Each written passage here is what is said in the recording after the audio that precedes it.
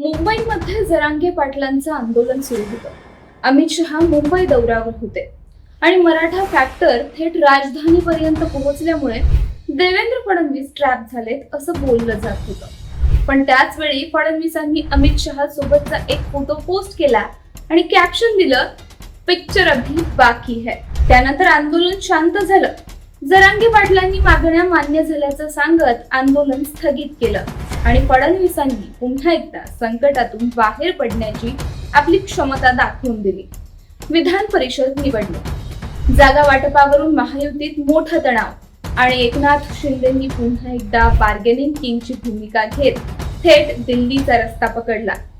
लोकसभा, विधानसभा, महानगरपालिका, प्रत्येक वेळी दिल्ली हायकमांडचा आधार घेत फडणवीसांवर दबाव टाकणारे शिंदे यावेळीही तसाच डाव खेळताना दिसले.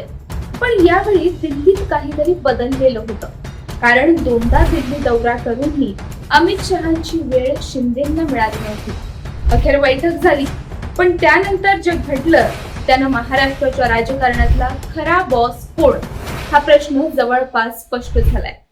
कारण बैठकीनंतर थेट देवेंद्र फडणवीस आणि अमित शहा यांच्यात बंद दाराआड जवळपास अर्धा तास चर्चा झाली आणि त्या चर्चेनंतर बातमी आली की विधान परिषदेच्या जागा वाटपाचा अंतिम निर्णय मुंबईत होईल. म्हणजेच महाराष्ट्रातला अंतिम कॉल आता पुन्हा फडणवीसांच्याच कोर्टात गेलाय.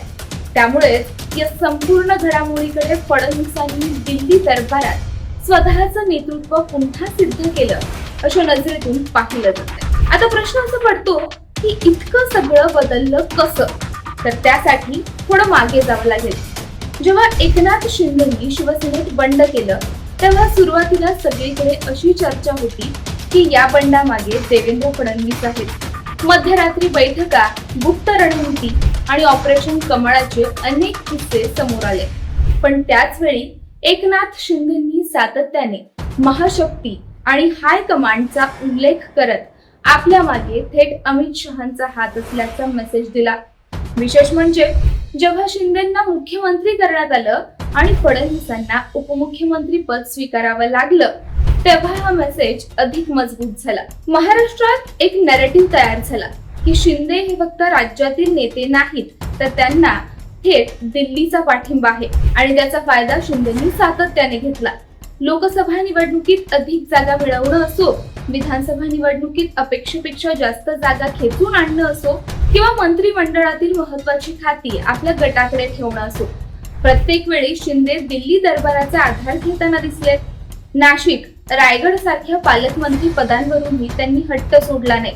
पण याच काळात दुसरीकडे भाजपाच्या स्थानिक नेतृत्वात नाराजी वाढू लागली होती. विशेषतः मुंबई आणि ठाण्यात महानगरपालिका निवडणुकांच्या पार्श्वभूमीवर भाजपाचे नगरसेवक फोडण्याचे प्रयत्न, स्थानिक पातळीवर भाजपला स्पेस कमी करण्याच्या हालचाली आणि निकालानंतर महापौर पदासाठी नगरसेवकांना हॉटेलमध्ये ठेवून बार्गेनिंग वाढवणं, या सगळ्यामुळे भाजपाच्या केडरमध्ये एक भावना तयार झाली की शिंदे हे आता उद्धव ठाकरे यांच्या मार्गाने चालतायत. कारण उद्धव ठाकरेंनीही सुरुवातीला असंच दबावाचं राजकारण केलं होतं आणि शेवटी भाजप सेना युती तुटली होती.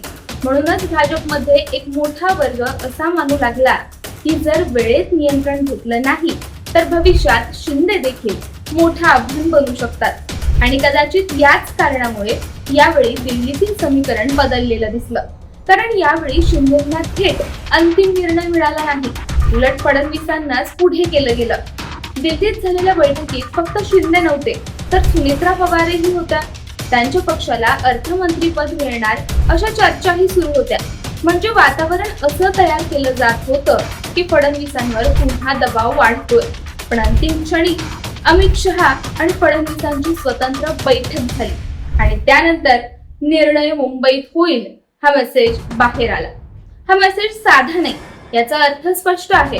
महाराष्ट्रात कोणाला किती जागा द्यायच्या, कोणाला किती ताकद द्यायची आणि महायुतीचं अंतिम नेतृत्व कोणाकडे असेल याचा निर्णय आता फडणवीसांकडेच राहणार आहे.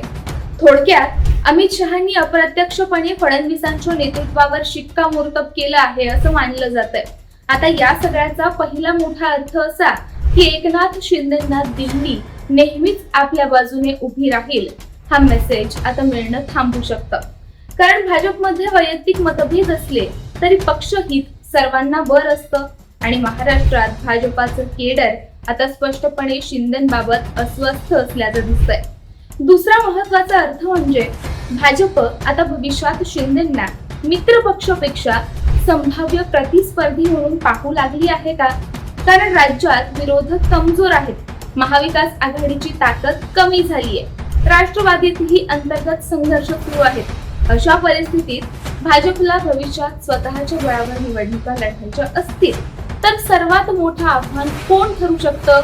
तर ते एकनाथ शिंदेच. म्हणूनच ठाणे, नवी मुंबई, सातारा अशा स्थानिक पातळीवरील राजकारणात भाजपने शिंदेंना थेट विरोधकांसारखं ट्रीट करायला सुरुवात केली आहे असं चित्र दिसतंय.